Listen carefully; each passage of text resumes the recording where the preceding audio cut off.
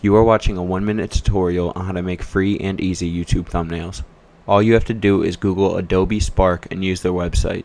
For the file dimensions, you're going to use 1280 by 720. They have a ton of free clip art and different fonts you can use on this website, but you can always upload your own images and play around with it and make really cool looking logos.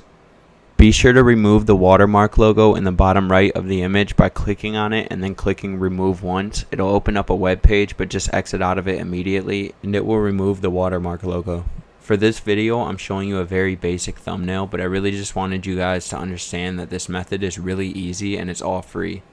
I really feel like a lot of people don't know how to make thumbnails, and I didn't for a long time because it always seemed so difficult. But if this video helped you guys, please make sure you drop a like so other people can find it as well.